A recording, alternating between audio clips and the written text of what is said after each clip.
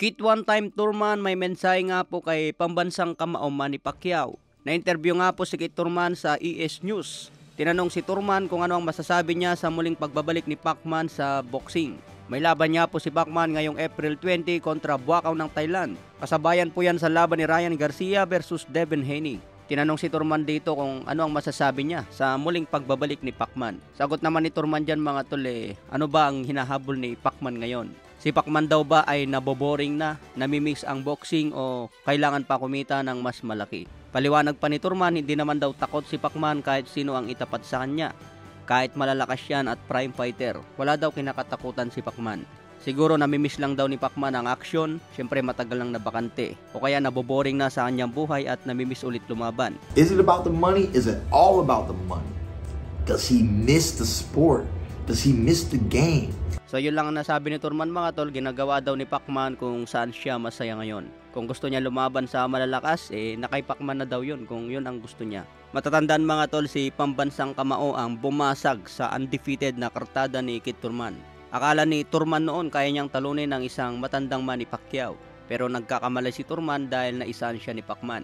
Mula nang matalo si Turman mga tol, naging inactive na ito. Muling nagbalik na lang laban kay Mario Barrios. Tinalo pa niya ito via unanimous decision. Ngayon muling magbabalik si Turman laban kay Tim Tszyu. Aakyat pa ngayon sa 154 pounds. Sabi ni Turman mga tol, kahit inactive siya, lagi naman nag-eensayo sa gym kaya fit pa rin ang katawan. Kaya sa March 30 mga tol, muli daw natin makita ang bagsik ni Kit Turman. Sa ibang banda naman, the monster na Oya Inoue nagpapasalamat dahil naging Fighter of the Year. Isang magandang achievements daw ito sa kanya at napapalapit pa ang pangalan niya kay Terence Bud Crawford bilang pound per pound. Pero mas gusto raw ni Naoya Inoue na agawin ang pwesto ni Terence Crawford bilang number 1 pound per pound. Kung maging number 1 na daw si Naoya Inoue, ito ang mas pinapangarap niya. Pero ngayon number 2 si Inoue, kaya mas tipagan pa raw ni Inoue magpakita ng magandang laban at tumalo ng mas malupit. Sa ngayon 4 division champion si Inoue. Kung maging 5 division champion yan o 6 division, sigurado maging number 1 pound per pound na yan.